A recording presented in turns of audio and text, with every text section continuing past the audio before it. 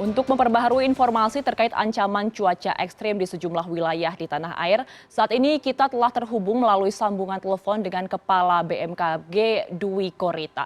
Selamat siang, Ibu Dwi Korita. Selamat siang, Mbak. Assalamualaikum warahmatullahi wabarakatuh. Waalaikumsalam warahmatullahi wabarakatuh. Ibu, malam ini adalah malam pergantian tahun 2022 menuju ke 2023. Seperti apa kira-kira prediksi atau analisa dari BMKG terkait dengan cuaca yang akan terjadi di beberapa wilayah di Indonesia? Ya, betul sekali. Masih seperti yang kami sampaikan sebelumnya, berbagai wilayah di Indonesia, ya, terutama di Jawa, ya, kemudian juga di Bali, Nusa Tenggara Barat, Nusa Tenggara Timur, hingga Papua, itu diprediksi untuk mengalami hujan lebat dan dapat mencapai ekstrim. Namun khususnya yang Jawa Barat, Jabodetabek, kami sudah berhasil melakukan modifikasi cuaca, sehingga prediksi kemarin yang harusnya cuaca ekstrim dapat dihindari. Nah, yang Jawa Tengah ini nampaknya yang paling parah nih, karena kondisi potensi risikonya sangat tinggi sejak beberapa hari terakhir. Demikian.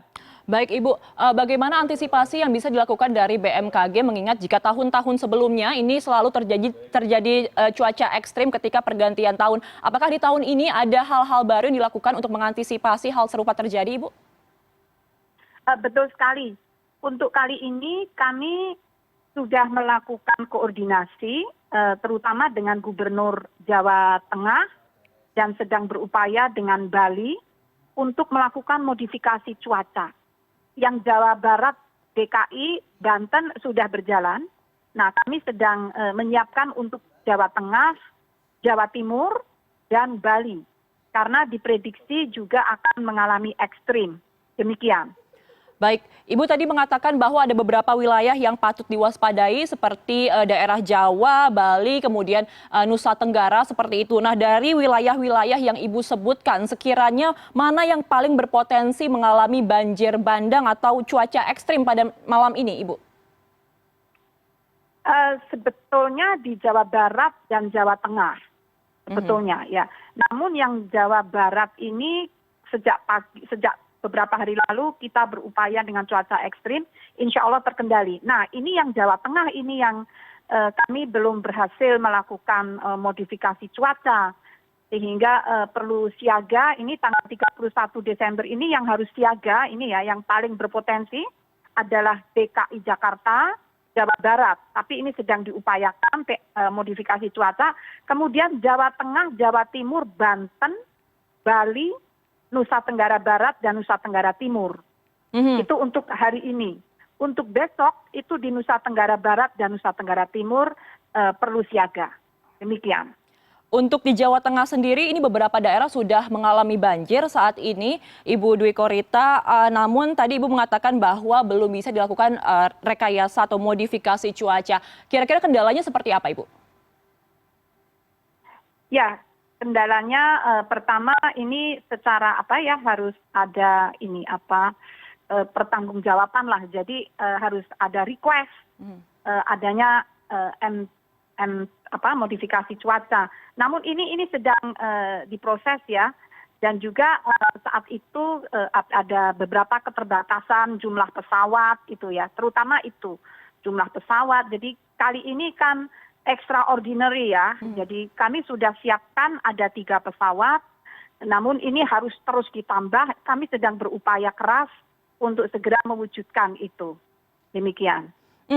Kemudian Ibu kalau kita melihat juga nanti malam ini sepertinya antusiasme masyarakat ini cukup tinggi untuk bisa merayakan tahun baru.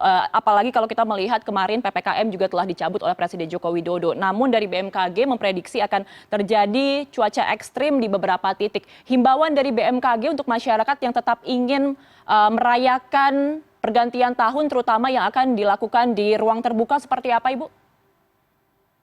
Jadi mohon terus monitor perkembangan informasi cuaca dari BMKG melalui berbagai media ya.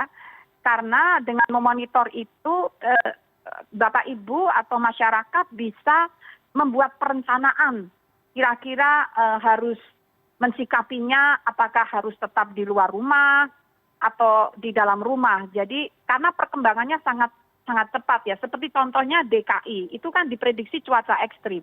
Tetapi ternyata tidak, karena memang sejak subuh itu sudah disiapkan memodifikasi cuaca, memaksa awan-awan yang akan turun di Jabodetabek dijatuhkan di Selat Sunda gitu ya. Nah ini untuk daerah lain kan belum bisa dilakukan, sehingga mohon terus memonitor perkembangan cuaca dari BMKG agar lebih arif dalam memutuskan kegiatan masing-masing. Demikian. Baik, Ibu Dwi Korita, terakhir untuk dari BMKG ini sendiri, apakah telah melakukan kerjasama dengan lembaga-lembaga lainnya?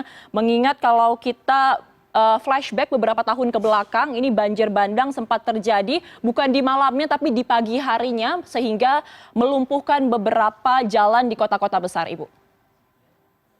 Kami selalu saat banjir bandang itu pun kami selalu berkoordinasi, tidak mungkin sendiri ya. Saat itu sudah disiapkan dengan BNPB, kemudian BMKG dan pihak terkait.